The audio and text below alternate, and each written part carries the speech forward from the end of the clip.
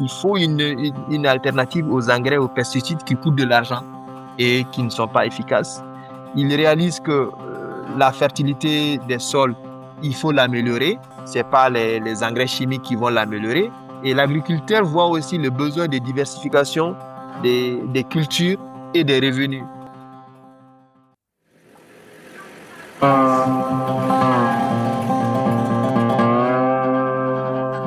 Podcast Agroécologie. Bienvenue dans ce nouvel épisode de notre podcast sur l'agroécologie. Aujourd'hui, nous allons nous pencher sur l'agroécologie dans le contexte de la coopération internationale. Dans les projets de développement agricole en Afrique, l'agroécologie est depuis plusieurs années devenue la norme. Particulièrement les bailleurs de fonds, qu'ils soient institutionnels ou privés, financent une grande majorité des projets promouvant l'agroécologie. En Suisse, il s'agit par contre d'une thématique beaucoup moins présente et certains se demandent ce qu'elle apporte de plus par rapport aux approches existantes. Nous allons donc tenter de faire un parallèle entre les deux contextes, de comprendre pourquoi l'agroécologie est beaucoup plus utilisée dans les projets d'aide au développement et de voir ce que les expériences des pays du Sud peuvent nous apporter ici en Suisse. Pour cette discussion, nous nous entretenons avec deux personnes actives dans l'aide au développement dans des projets d'agroécologie en Afrique. Roger Turcher est intervenant à EPIA à Genève ainsi que co-directeur de l'association FH Suisse, Food for the Hungry. Actif dans de nombreux projets d'agroécologie, notamment au Burundi, au Rwanda et au Tchad, il connaît parfaitement les enjeux de cette thématique dans le contexte de l'aide au développement, mais connaît également bien le contexte de l'agriculture suisse en tant qu'agronome enseignant à l'EPIA. Roger, bonjour. Est-ce que tu peux te présenter et nous dire quelques mots sur tes activités liées à l'agroécologie, autant en Suisse qu'en Afrique? Bonjour. Oui, volontiers. Je suis donc ingénieur agronome EPF. J'ai étudié à Zurich en Suisse, mais maintenant j'habite à Lausanne. Et mon expérience pratique a été faite principalement en Afrique et j'ai dirigé en particulier une ferme d'environ 10 hectares au Tchad, dans une zone avec une pluviométrie d'à peu près 1000 millimètres. Donc on pouvait produire des céréales, des fruits, des légumes, un peu de tout ce qui est possible de cultiver quand il y a une seule saison des pluies. Et suite à cette expérience, alors c'était il y a longtemps, dans les années 90, 90, j'ai ensuite géré et accompagné de nombreux projets de développement avec diverses ONG, dont actuellement celle que je co-dirige, FH Suisse Food for the Hungry, avec des projets en Afrique des Grands Lacs, donc au Rwanda, au Burundi, en RDC et en Ouganda. Mais j'avais aussi auparavant travaillé avec des pays plutôt en Afrique de l'Ouest, gérer des projets aussi au Togo, au Bénin, avec aussi des expériences au Cameroun, au Sénégal. Et puis j'avais aussi eu l'occasion de passer du temps pour voir l'agriculture au Zimbabwe. Mon domaine d'expertise, c'est plutôt donc la formation, la production, la formation de base pour les petits paysans, donc en général peu mécanisés.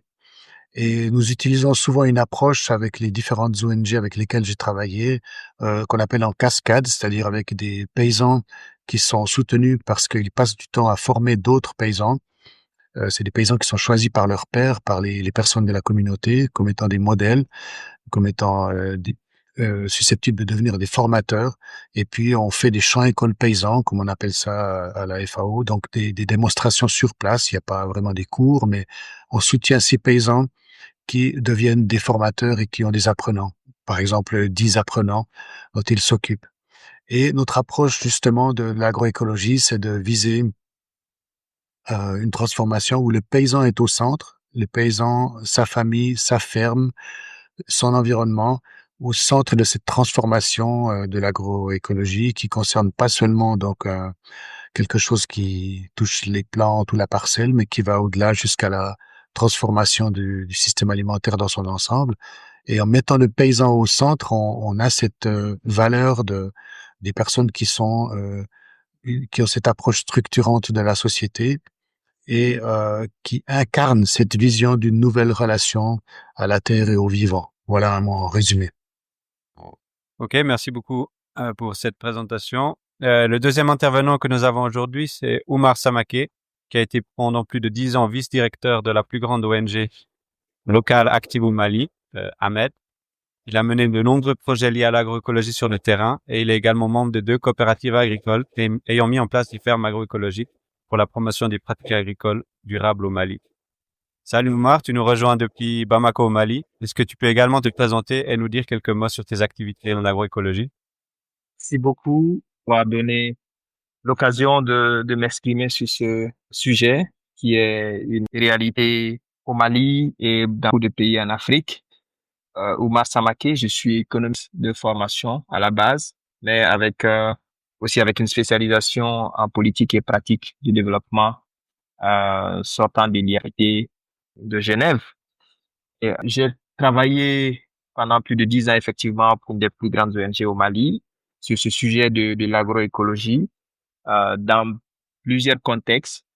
Et j'ai aussi, dans le cadre de mes activités, réalisé des fermes agroécologiques. J'ai expérimenté plusieurs approches, que ce soit dans l'agroécologie et dans les pratiques agricoles, mais aussi sur les aspects de commercialisation, comment réussir la vente des produits issus de l'agroécologie. Donc, j'ai travaillé sur ces sujets-là. Un peu aussi sur l'influence des politiques publiques. Aussi, je travaille autour des institutions de recherche et actuellement, je représente une fondation américaine qui s'appelle McKnight Foundation et qui travaille beaucoup sur le sujet de l'agroécologie un peu partout dans le monde. Et dans ce cadre-là, travaillons avec les institutions nationales et internationales de recherche, mais aussi avec des organisations paysannes qui sont aujourd'hui porteuses de beaucoup d'initiatives sur le sujet de l'agroécologie en Afrique de l'Ouest. Super, merci Oumar. Maintenant, avant d'attaquer le vif du sujet, on va faire un petit rappel du contexte de l'agriculture à petite échelle en Afrique subsaharienne, puisque nos auditeurs ne connaissent pas forcément ces pays ni la façon dont l'agriculture y est pratiquée. Donc, pour commencer, Oumar, est-ce que tu pourrais dire quelques mots sur à quoi ressemble une petite exploitation d'un petit agriculteur malien qui représente la grande majorité des agriculteurs et agricultrices dans ton pays? La majorité des agriculteurs au Mali, c'est des petits exploitants familiaux travaillant sur 1 à 5 hectares généralement, euh, et principalement en agriculture pluviale avec un accès limité à la mécanisation et aux intrants modernes. Donc, les principales cultures, c'est les céréales, le mil, le sorgho, le maïs, les légumineuses, le niébé, l'arachide. Donc, dans certaines parties au sud du Mali, il y a les cultures de rente comme le coton, comme le sésame. Et au Mali aussi, l'agriculture est caractérisée par l'intégration, hein, élevage, agriculture. Donc, la plupart des agriculteurs font aussi de l'élevage. Soit c'est la volaille, soit c'est les petits ruminants. Et au Mali, on n'a qu'une seule saison agricole liée à la pluviométrie. Donc, il pleut de juin à, à octobre, généralement. C'est l'essentiel des activités agricoles est mené pendant ce moment-là. Le pays est arrosé par des fleuves et donc il y a quelques zones et quelques bas-fonds dans lesquels il y a les cultures de contre-saison. Donc, on produit des légumes, on produit du riz, et les contraintes majeures, c'est la dégradation des sols, l'irrégularité des précipitations. Donc, notre agriculture ici au Mali est tributaire de la saison des pluies et de plus en plus, il y a soit des inondations, soit des sécheresses. Et l'autre problème, c'est l'accès limité aux équipements et au marché. Encore, on utilise la roue, la daba pour produire au Mali. Donc, les équipements comme le tracteur ou comme les pompes d'irrigation ne sont pas suffisamment accessibles parce que l'agriculteur moyen, qui est ce qui représente la majorité des agriculteurs, n'ont pas les moyens financiers pour s'offrir ces équipements-là pour produire. Donc, c'est des outils rudimentaires que les agriculteurs maliens, dans la plupart des cas, utilisent pour la production agricole. Notre agriculture est beaucoup plus orientée agriculture de subsistance, donc essentiellement pour se nourrir, euh, mais on ne produit, voilà, les politiques agricoles sont orientées de telle sorte que il y a plus il y a plus la subsistance que le marché. Donc, ce qui fait que l'agriculteur ne vit pas bien de son activité agricole parce que les revenus sont très faibles. Donc voilà, notre agriculture fait face à beaucoup de défis, donc des défis climatiques, mais aussi des contraintes économiques. Ok, merci. Et toi, Roger, toi qui es actif aussi en Afrique des Grands Lacs, dans des zones plus humides et plus montagneuses, est-ce que tu peux nous dire quelques mots sur les exploitations dans cette région? Alors effectivement, c'est une agriculture assez différente. Bien sûr, il y a des points communs, mais avec 2 saisons des pluies dans cette zone-là, plus proche de l'équateur, donc au Rwanda, au Burundi, ainsi qu'à l'est du Congo, de la RDC. Donc ce sont aussi des paysannes qui cultivent à la main, mais sur des très petites surfaces, donc moins d'1 hectare. Ça peut arriver qu'ils aient même seulement 2000 mètres carrés, par exemple. Donc des surfaces très difficiles à mécaniser aussi, que elles sont dans des pentes parfois très fortes. Et voilà, cultivées à la main avec donc des haricots, du maïs, du manioc. Donc il y a beaucoup de riz aussi cultivé dans ces bas-fonds. Euh, on parlait aussi de culture de rente tout à l'heure. Donc dans ce contexte-là, c'est plutôt le café. Donc, une culture qui aime bien l'altitude, se cultive. Donc, je disais, les surfaces sont tellement petites que parfois l'activité agricole ne suffit pas à nourrir la famille. Donc, ce sont des gens qui cherchent à travailler ailleurs aussi. Donc, au niveau des moyens de production, des intrants, donc il y a surtout la chaux qui est largement utilisée et aussi subventionnée. L'État aide aussi parce que les sols sont très acides. Parfois, l'acidité peut descendre jusqu'à 4, donc ça devient presque toxique pour les plantes. Ainsi, si on descend très très bas dans l'acidité, on finit par libérer des sels d'aluminium toxiques pour les plantes. Donc, c'est très important d'avoir de la chaux qui est pas vraiment un engrais chimique, c'est plus un amendement, c'est plus une correction, c'est plus d'ailleurs, c'est pas de la chaux synthétique, hein, c'est des sortes de roches qui sont extraites dans des zones basiques et puis on met ça ensuite dans les zones acides. Mais sinon, effectivement, il y a aussi beaucoup d'engrais chimiques, donc l'urée pour l'azote ou bien le combiné NPK, qui sont largement répandus et subventionnés. Malheureusement, c'est un peu partout qu'on voit ça dans différents pays. C'est la principale mesure de subventionnement de l'État, c'est de subventionner ces engrais. C'est comme ça qu'on pense qu'on va augmenter la production. Ce qui est parfois vrai à court terme, mais avec toutes sortes de problèmes à long terme, hein. Et donc finalement, le fumier et le compost prennent aussi de l'importance.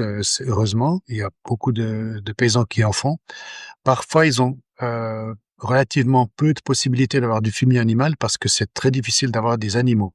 Donc, si on vient sur la question de l'élevage, il y a parfois une vache, mais c'est rare. Avoir une vache au Rwanda ou dans ces pays voisins comme le Burundi, c'est presque déjà être aisé.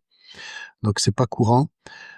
Et surtout, si on prend le Rwanda qui est le plus strict à ce sujet, il n'y a pas de pâture libre pour les animaux. Alors c'est un avantage évidemment pour les cultures parce qu'il n'y a jamais de destruction des cultures par le bétail puisque le bétail ne se promène jamais. Je dis bien jamais. Il n'y a pas d'exception.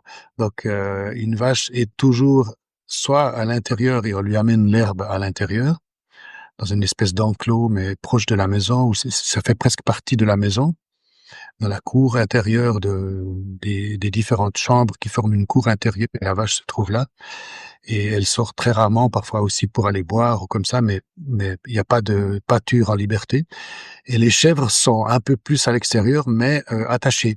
Donc il n'y a pas de chèvres qui se promènent comme on voit dans beaucoup de pays ailleurs. Donc il y a des avantages et des inconvénients. L'avantage, c'est aussi de pouvoir récupérer plus facilement le fumier puisque l'animal est toujours à un certain endroit. Sinon, il y a aussi des possibilités d'avoir des lapins, des porcs, on voit assez régulièrement, les abeilles. Donc, l'élevage est relativement, les gens ont relativement peu d'animaux et donc ils utilisent un compost qui contient aussi beaucoup de déchets végétaux, beaucoup de feuilles de bananier, de différentes feuilles de végétaux en complément du fumier animal. Les enjeux, je dirais, le principal enjeu, c'est justement ces terres très limitées, donc c'est l'enjeu foncier. À chaque génération, en plus, on divise les terres par le nombre d'héritiers, ce qui fait que quand quelqu'un reprend la ferme des parents, il y a pas vraiment de ferme, c'est-à-dire il y a une maison avec un tout petit peu de terrain autour, et puis sinon des tout petits morceaux de terrain un peu aux alentours, et c'est très difficile d'avoir une vision d'une ferme unifiée dans ce contexte. Au niveau de la production, il faut quand même voir que donc au niveau de la production agroécologique ou biologique, elle n'est pas promue disons au niveau national. Souvent, c'est le modèle industriel qui reste la norme, hein, l'agriculture conventionnelle, c'est-à-dire beaucoup basée sur les intrants chimiques pour l'augmentation de la production. Souvent, l'agroécologie est acceptée par les dirigeants locaux, les responsables de districts, de secteurs, si elle produit autant que l'agriculture conventionnelle, forte utilisatrice d'intrants chimiques. Donc ça veut dire qu'il y a une sorte de pression sur l'agroécologie pour arriver à avoir le même niveau de production, sinon on va pratiquement obliger les gens à utiliser les engrais chimiques parce que l'objectif c'est de produire. Et ce qu'on constate quand même, c'est que grâce à l'agroécologie, on peut passer d'une tonne à l'hectare en culture traditionnelle, c'est-à-dire avec peu de fumure, quand on n'a pas la possibilité d'utiliser beaucoup d'intrants. On est proche de rendements assez vraiment bas au niveau des céréales d'une tonne à l'hectare, mais on peut arriver à multiplier par 3 jusqu'à 3 tonnes à l'hectare avec le système agroécologique. Et l'enjeu, c'est d'y arriver, quoi. C'est de pas proposer une solution alternative au modèle dominant qui ne serait pas productive. L'autre enjeu, donc, c'est, j'en ai parlé un petit peu par rapport aux jeunes, quand ils reprennent des terres ou qu'ils reprennent une ferme. Souvent, effectivement, cultiver des tout petits lopins de terre, c'est pratiquement comme des jardins répartis ici et là. C'est pas très attrayant pour les jeunes qui souvent cherchent d'autres moyens d'existence. Ils cherchent d'autres revenus par exemple, taxi-moto, justement, acheter une moto, faire des trajets pour les gens, ou bien travailler sur des chantiers, etc. Et c'est difficile. L'agriculture, c'est difficile qu'elle soit quelque chose d'attirant pour les jeunes. Alors merci pour toutes ces infos. Maintenant qu'on a un bon aperçu de comment est l'agriculture dans ces pays, on va pouvoir attaquer le vif du sujet et parler donc de l'agroécologie dans ces pays. Pour commencer, Oumar, est-ce que tu peux nous dire quelques mots sur ce que c'est pour toi concrètement l'agroécologie? Euh, pour moi, Kim, l'agroécologie, c'est bien plus qu'une méthode. C'est c'est une approche globale qui vise à rendre le système alimentaire robuste, dans ce sens que ce système alimentaire soit plus durable, plus résilient et plus équitable. Donc, dans ces dimensions de durabilité, donc des pratiques agricoles durables, les associations culturelles, l'utilisation de fumure organique, euh, la lutte biologique. Donc, ces pratiques qui permettent de conserver la biodiversité. Et il y a la composante, la dimension résilience. Donc, des pratiques agricoles qui permettent à la fois d'accroître la productivité, mais aussi euh, de réduire les émissions de gaz à effet de serre, donc d'avoir moins d'impact sur l'environnement dans lequel ces productions sont faites. Et il y a la dimension de l'équité et surtout l'intégration économique et la sécurité alimentaire, de telle sorte que partout dans le monde, que on puisse avoir euh, accès à des aliments sains et à des aliments qu'on préfère. Donc, concrètement, cela signifie que il faut produire autrement, donc réduire la dépendance aux intrants chimiques, améliorer la fertilité des sols par des pratiques comme l'agroforesterie, l'usage d'engrais organiques, mais aussi la valorisation de la biodiversité. Donc, je donnais quelques exemples par rapport à ça. Mais il y a une autre dimension de l'agroécologie qui est le renforcement de l'autonomie des agriculteurs. Donc, et c'est là par la promotion des solutions locales. Donc, dans l'agroécologie, il y a cette notion de solutions locales adaptées aux réalités des producteurs et qui favorise l'échange de connaissances entre les producteurs et les chercheurs. Dans l'agroécologie, la façon dont cela se passe sur le terrain, il y a des pratiques agricoles durables, il y a beaucoup de défis et les agriculteurs ont besoin de travailler comme des partenaires et non comme des bénéficiaires euh, des, des projets de recherche. Donc, dans l'agroécologie, à la recherche de solutions adaptées aux réalités locales, c'est important que les agriculteurs soient des partenaires, aussi participent au processus de recherche pour tenter de trouver des solutions aux problèmes qui se posent à l'agriculture. Et concrètement aussi, l'agroécologie, ça veut dire préserver les ressources naturelles, donc mieux gérer l'eau, donc la rationalisation de l'eau. Roger parlait tantôt des pompes d'irrigation, mais aussi des systèmes d'arrosage adaptés qui permettent d'utiliser moins de ressources en eau, limiter l'érosion des sols et protéger la biodiversité. Donc, ça, c'est tout dans l'agroécologie, toute cette dimension de préserver les ressources naturelles et enfin créer des systèmes alimentaires justes. Tout ça, garantir des prix équitables aux producteurs et améliorer la sécurité alimentaire des communautés. C'est toutes ces dimensions-là. Pour moi, l'agroécologie signifie tout ça. Donc, pour terminer, on peut dire que l'agroécologie, c'est une façon de penser l'agriculture pour qu'elle soit plus respectueuse de l'environnement, plus bénéfique aux agriculteurs, mais aussi aux consommateurs. Ok, merci Oumar. Et toi, Roger, est-ce que tu veux compléter la définition de Oumar? Ben, merci Oumar, c'est vraiment complet. Je pense qu'on a aussi les mêmes approches dans les pays où nous travaillons. C'est vraiment cette vision de l'agroécologie dans un sens large et pas uniquement un ensemble de techniques. Mais peut-être ça commence quand même par là.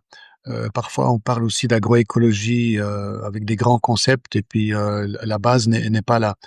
Donc, euh, non, peut-être je peux dire quelques mots sur un petit peu comment la démarche s'inscrit dans le temps.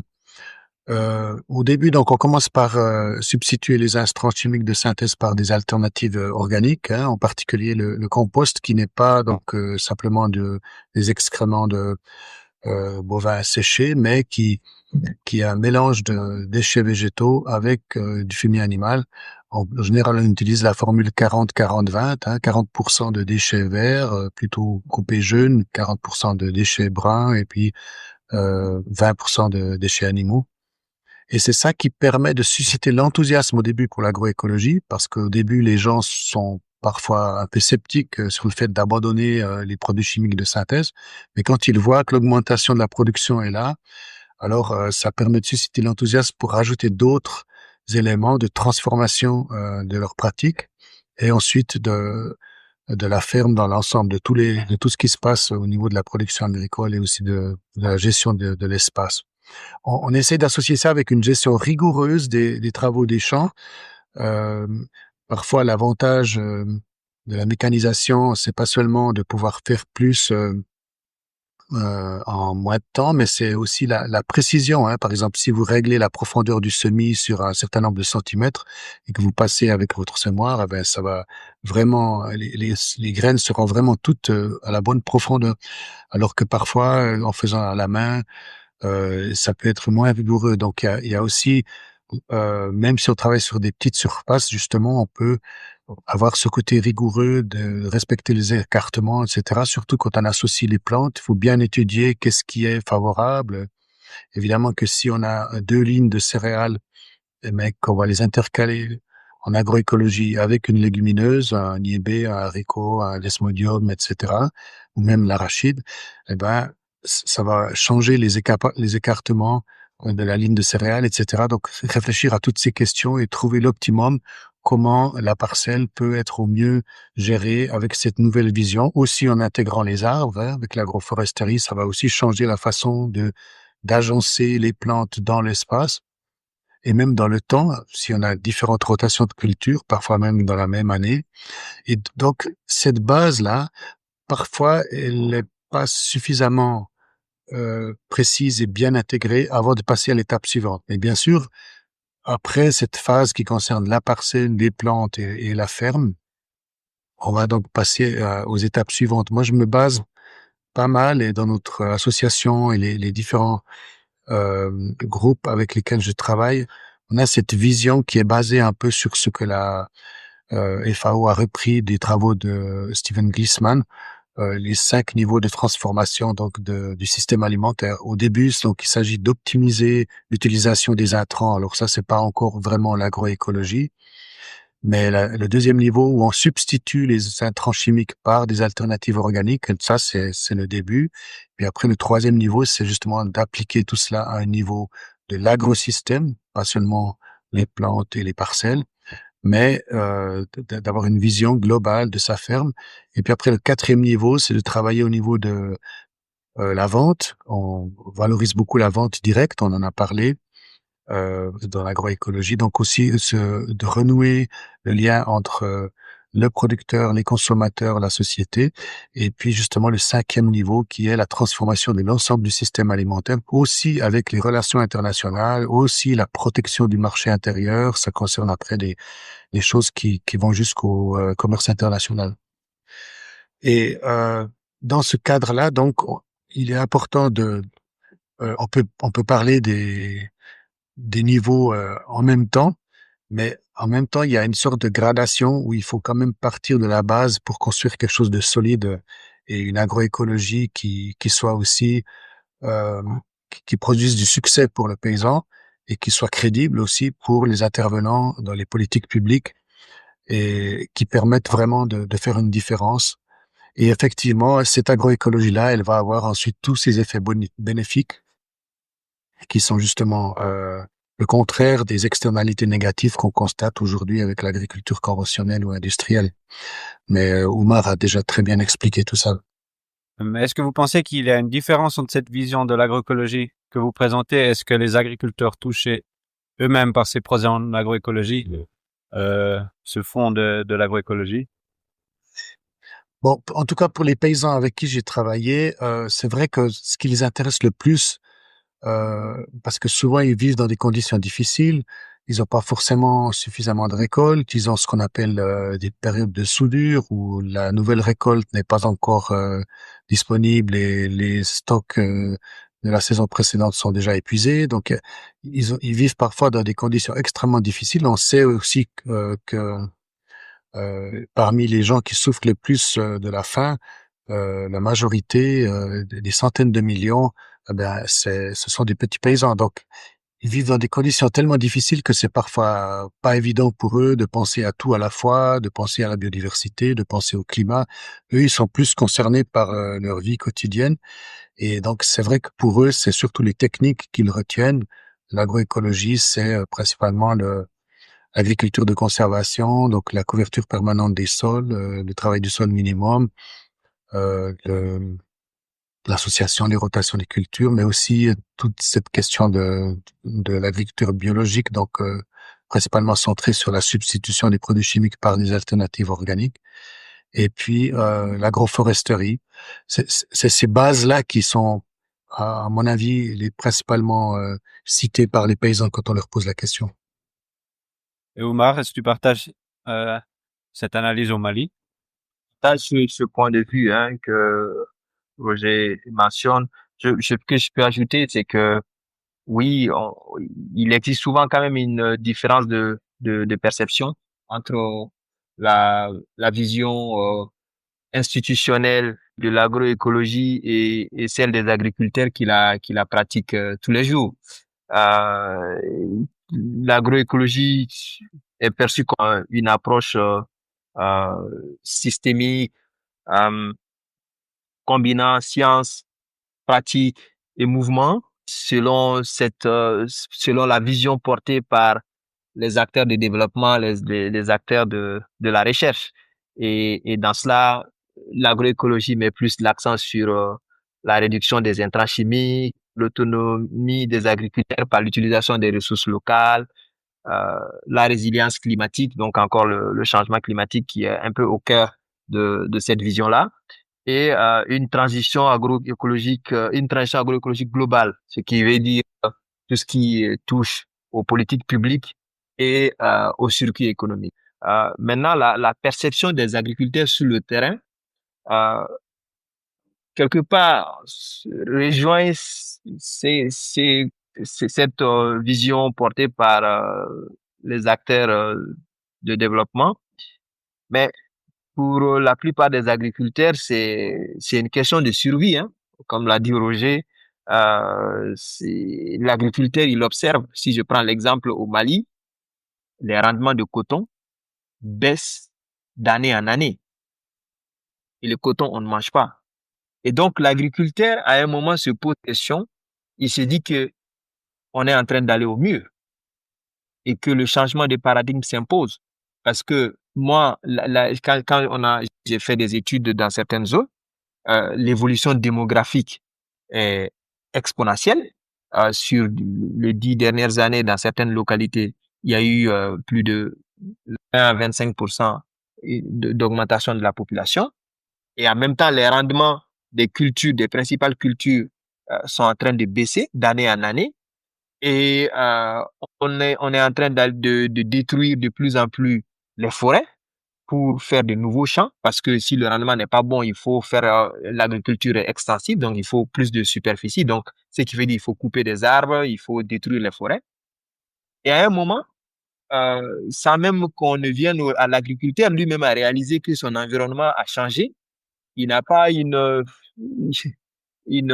explication scientifique à cela, mais par ses observations, il sait que les forêts ont diminué, il sait que les rendements ont baissé, il sait que chaque année, on encourage l'utilisation d'engrais chimiques, que c'est ça qui va accroître la production, accroître les rendements. Il se rend compte que c'est pas le cas.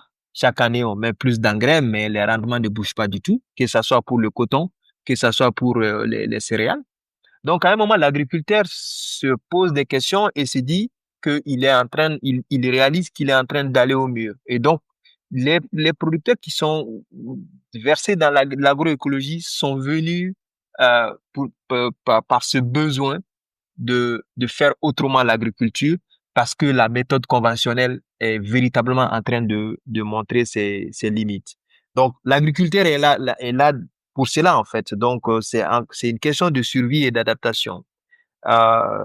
Il voit que il faut une alternative aux engrais, aux pesticides qui coûtent de l'argent et qui ne sont pas efficaces.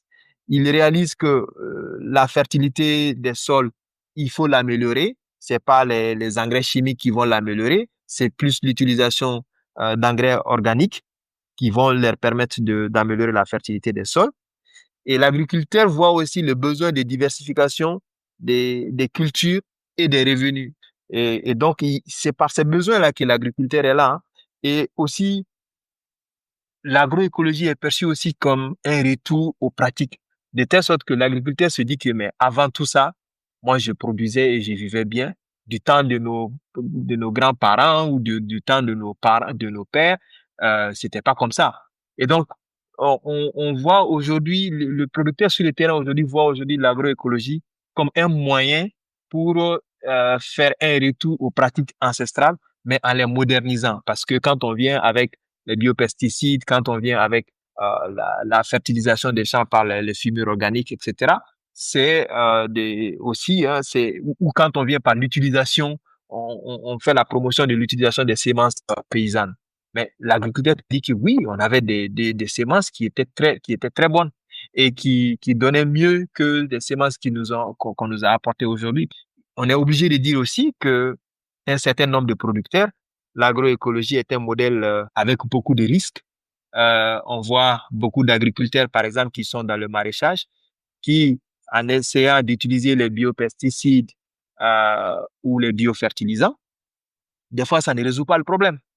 Et quand ça ne résout pas le problème, c'est toute une récolte qui est compromise. Et en même temps, ceux-ci voient que d'autres qui utilisent des intrants chimiques, c'est beaucoup plus efficace. Ça leur permet de garantir une bonne récolte.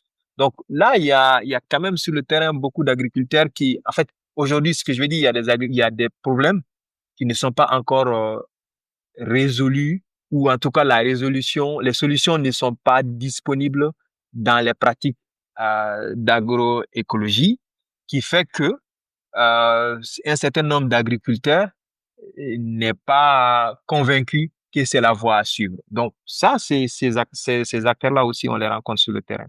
Donc voilà, il y a quand même beaucoup d'enjeux majeurs, surtout par rapport à l'accompagnement des agriculteurs dans la transition agroécologique, euh, en faisant en sorte que on puisse voir l'agroécologie comme une solution économique viable et durable.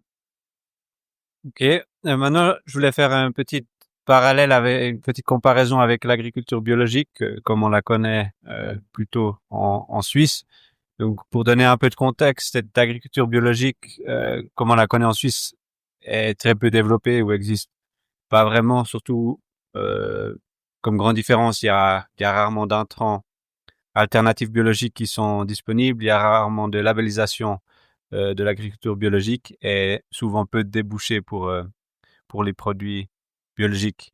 Et c'est dans ce contexte-là que je voulais te demander, Roger, quels sont à ton avis les avantages que l'agroécologie pourrait avoir par rapport à cette agriculture biologique qui est pas forcément très développée en Afrique subsaharienne? Oui, ben, le premier avantage, c'est que c'est gratuit, puisqu'on dit toujours qu'il faut, quand il faut avoir le label bio, ben, il faut payer, quoi. Donc, effectivement, on peut entrer dans l'agroécologie sans label. Donc, de ce côté-là, il y a une sorte de porte d'entrée qui est un seuil quelque part plus bas, qui est plus facile pour entrer. Mais je dirais le risque, c'est que contrairement à l'agriculture bio qui est assez normée et qui a des cahiers des charges, donc il y a de la documentation, il y a on sait ce qu'on peut faire, pas faire. Donc il y a un peu des recettes, quoi. Il y a une façon de faire qui est décrite. Parfois, en agroécologie, les choses sont un peu floues et puis quelquefois, on voit des projets où quelqu'un, en plus de faire des céréales, il a planté quelques tomates ou aubergines et puis après, on explique que ça, c'est un projet agroécologique. C'est un peu léger, quoi. Donc, quelquefois, le problème, c'est qu'avec l'agroécologie, comme il n'y a pas vraiment de contexte très normé, en fait, les gens, ils disent qu'ils font de l'agroécologie juste parce qu'ils font pousser des plantes, mais on voit plus tellement qu'est-ce qui est agroécologique là-dedans. Donc, je pense que il y a les avantages et les inconvénients par rapport à l'agriculture biologique, mais ce qui est important, c'est qu'il faut un peu aller au fond des choses au niveau de l'agroécologie, à la fois en profondeur et en largeur, si on veut, la dimension verticale, la dimension horizontale, pour que l'agroécologie soit crédible. Parce que sinon, c'est vrai que tout le monde va dire qu'il fait de l'agroécologie et après, on perd la crédibilité de l'agroécologie. Même si l'agroécologie, en quelque sorte, est plus souple que l'agriculture biologique, tu penses qu'il est quand même nécessaire de respecter les cahiers des charges de l'agriculture biologique quand on pratique l'agroécologie? Alors oui, moi, il me semble que l'agroécologie, c'est plus que le bio. Donc le bio, ça correspond au niveau 2 dans l'échelle que j'ai citée tout à l'heure, là, l'échelle de Glisman, de transformation du système alimentaire, c'est-à-dire la substitution des produits chimiques de synthèse par des alternatives organiques. Bon, ça, c'est le début de la transformation du système alimentaire par l'agroécologie. Mais on peut pas en rester là. En bio, par exemple, on le sait, on peut faire du bio de façon pratiquement industrielle, c'est-à-dire oui, on respecte le cahier des charges parce qu'on met pas de produits chimiques de synthèse, mais par contre, c'est vraiment industriel, c'est-à-dire que c'est une monoculture, on fait le passage du tracteur très souvent parce qu'on peut pas utiliser d'herbicides, donc on est sans arrêt sur la parcelle en train de passer le tracteur. Et finalement, quand on regarde ça d'un point de vue un peu global, on peut se demander si c'est vraiment agroécologique. Donc, le remplacement des produits chimiques par les produits organiques, c'est la base, mais c'est seulement le début d'une sorte de démarche qui doit effectivement aller beaucoup plus loin. Sinon, c'est pas de l'agroécologie, quoi. Ok, merci Roger. Oumar, est-ce que tu voudrais compléter ce qu'a dit Roger sur les différences entre l'agriculture biologique et l'agroécologie et leur potentiel dans le contexte africain? Ouais. Donc, voilà, alors, moi, je disais que dans les pays du Sahel, en Afrique de l'Ouest, l'agriculture est portée par des petits exploitants agricoles. C'est ce qu'on disait au départ. Et ces agriculteurs n'ont pas les moyens, n'ont pas les outils et les équipements pour rentrer dans des processus de production compliqués, avec des normes un peu trop strictes qu'impose l'agriculture biologique. Donc, l'agroécologie a le plus grand potentiel de mise à l'échelle. Elle s'appuie sur des ressources locales, donc réduisant les dépendances aux intrants externes. C'est plus l'adaptation des systèmes de production agricole à la variabilité climatique qui est un enjeu majeur pour les pays en Afrique. Et ce qui fait que c'est plus l'agroécologie qui répond à ce besoin-là. Et aussi, si on regarde sous un angle économique, l'agriculture biologique beaucoup plus orientée vers l'extérieur, donc c'est surtout pour l'exportation. Parce que quand on produit biologique et qu'on veut le mettre sur le marché, et il veut venir sur le marché, et ce marché, il n'est pas développé ici. Donc, et on ne sait pas quand est-ce que ce marché des produits biologiques va être développé dans nos pays. Donc, aujourd'hui, l'essentiel, c'est de mettre sur la consommation des produits sains, pas forcément des produits biologiques. Donc, moi, je pense aujourd'hui que il faut aller à l'intensification agroécologique en Afrique que d'aller vers la promotion de l'agriculture biologique. Je ne dis pas qu'il ne faut pas promouvoir aussi l'agriculture biologique, mais je dis que c'est l'agroécologie qui répond le mieux aux besoins des agriculteurs, qui est adapté au contexte des pays africains, en tout cas des pays d'Afrique de l'Ouest. OK. Donc maintenant, après avoir fait ce tour d'horizon de l'agroécologie en Afrique et de ses enjeux, nous allons maintenant revenir en Suisse et tenter de voir pourquoi l'agroécologie rencontre pour le moment moins de succès.